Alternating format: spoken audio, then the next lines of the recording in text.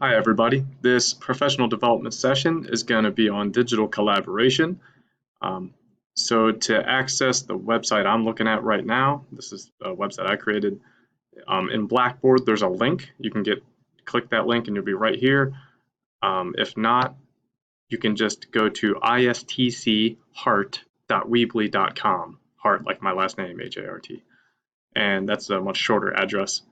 Then once you get to this page, just click ISTC 702 PD session, and you can follow along with the video. Almost everything in here is clickable, and I'll click some of the things too as I'm going through this. So if you want to play around with it, go right ahead, feel free. So I created this whole development plan around blended learning, a program of education that encompasses both face-to-face class time as well as online content. Blended learning is important to me since I teach in Baltimore County Public Schools, where every student has access to a device with internet access.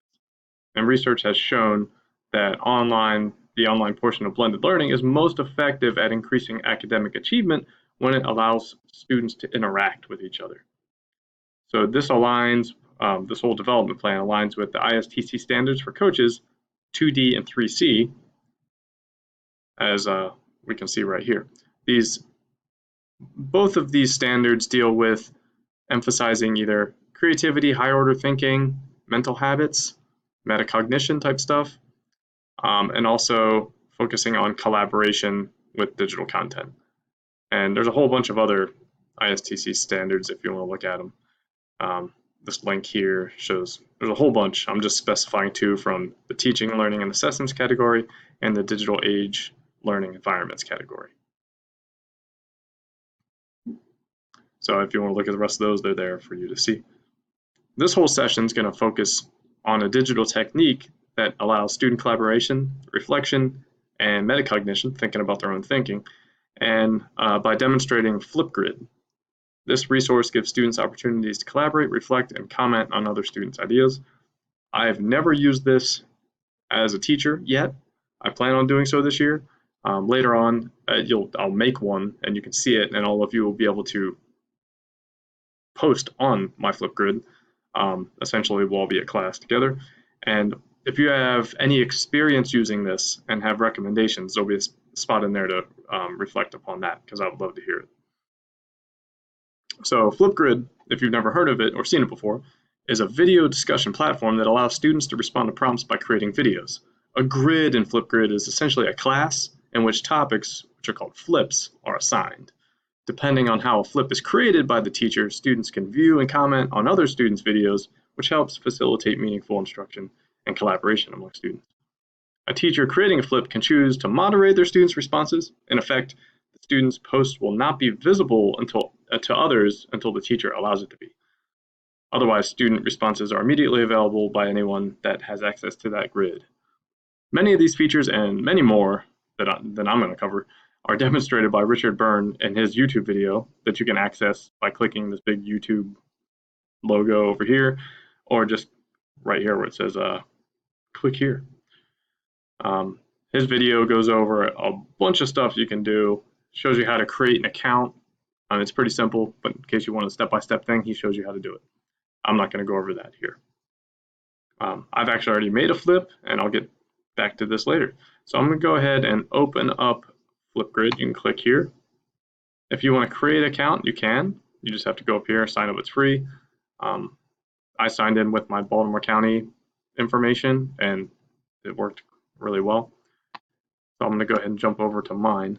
I already made a flip, and you can get to this either by clicking this link down here on my website page.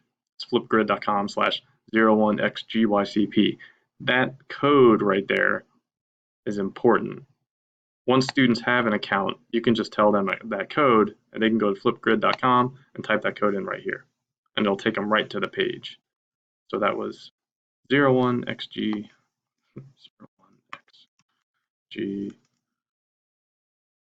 YCP. Okay. As soon as they type that in, they are directly on that assignment, that post. And they can click this green button to add the response and record a video. More on that in a second. So here's the grid I made so far, and I'll show you how to make one from scratch too. This grid has, I called it class reflection. And this is kind of what the students would see. It says, please answer the following in your response. What did you like most about today's lesson? What was the most challenging aspect of today's lesson? And how do you think we'll use ideas from today's lesson in the future? So this is just a generic one I thought of that could fit with a lot of different subjects. At the end of a lesson, if you want students to think about what they learned, reflect upon it, and try to think what they might use that for in the future, that really increases the metacognition about what they're learning and makes them think about it some more. And it's relatively simple. I don't think this is very intimidating, these questions. So it's easy for students just to hit record and talk. So students would post their videos here, and I can show you what that would look like in a second. So students would click here. They have to log in, so they would have to create an account. But then there's a big record button. They press record, they answer the questions, it records a video, and that's it. So now I'm going to go ahead and make a new one from scratch. So I'm going to go to my grids, which is my class. Basically, I made one for this ISTC course. So I'll enter this class and click new topic. And I'll call this one, what's a good thing for this? Using Flipgrid. And you can specify the amount of time someone gets to respond. I think 90 seconds seems plenty. Then here you can write what things you want the people responding to answer. So I'll say, in what ways can you see yourself using Flipgrid in your classes? Or if you've used it already, how do you use it? And 2, what issues can you think of concerning using Flipgrid with your students?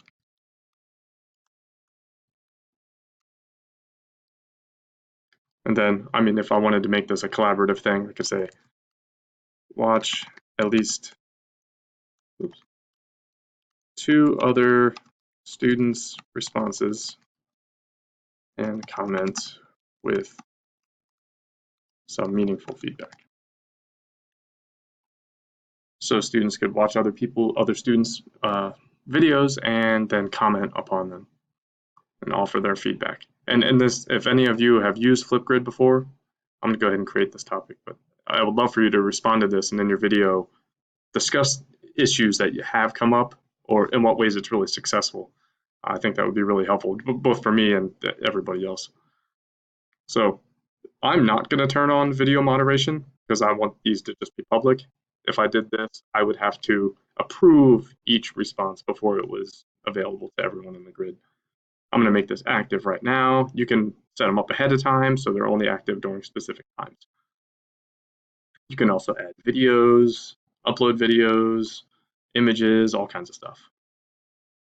You can do other attachments like Docs, Google Docs, anything. Just about anything you could attach, you could put in there.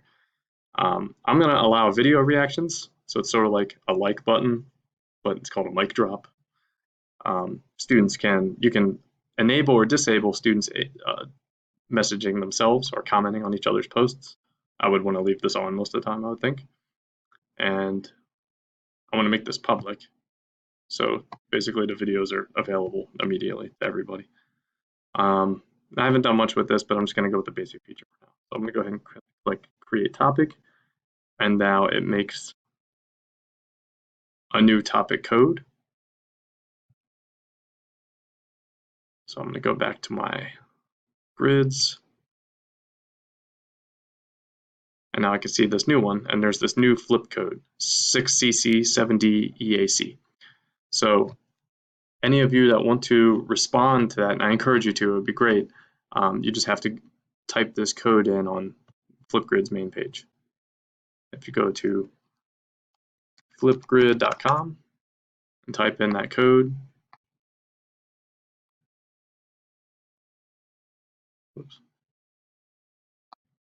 type that code in there, put it in that box and click over, then you can record your response immediately. I would love to hear from you. So there's all the references I use in this section. Again, I've never used Flipgrid. I would be really curious to hear from people that have and what their experiences were. And basically, I'm modeling collaboration here, which is what this is all about. This forces students to really communicate with each other using technology.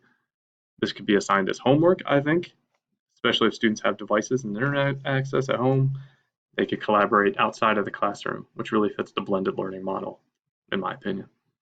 Thanks for watching. I hope to see some responses.